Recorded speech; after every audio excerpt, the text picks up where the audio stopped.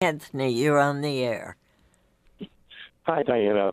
Long-time listener, first-time caller. Thank you. Thank Um, you. I I was calling because I have a question about LGBT protections, and I think this is one thing that we really haven't heard a lot from coming from the from Donald Trump's campaign.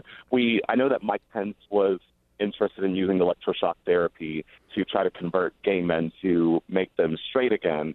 But then on the other hand, we've seen Donald Trump hold an LGBT flag at one of his rallies.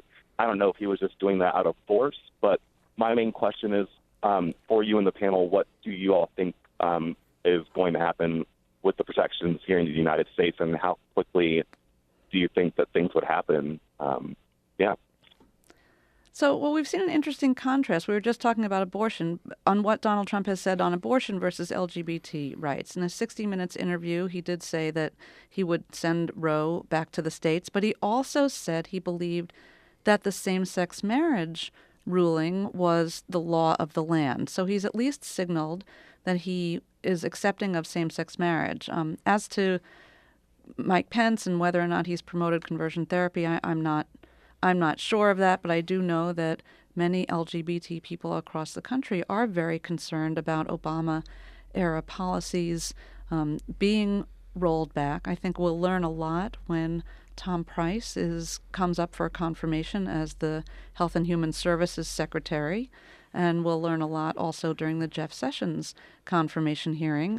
As Attorney General, these issues are bound to come up. But what's interesting, this is another example where the goals of the National Republican Party may come into conflict with some of these appointments. You know, if you talk to some Republicans, you know, they'll privately say that they don't want to have these fights on same-sex marriage because they know that the country's mood and acceptance of these LGBT relationships has really shifted dramatically, and that's not necessarily a winning strategy. In these swing states for these Senate races, governor's races, national races.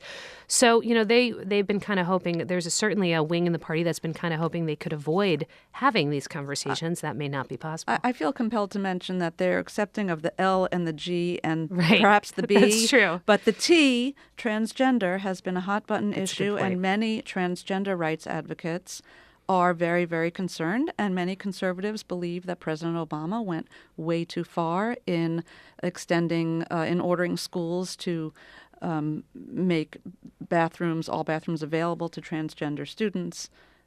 So that is still a hot button issue.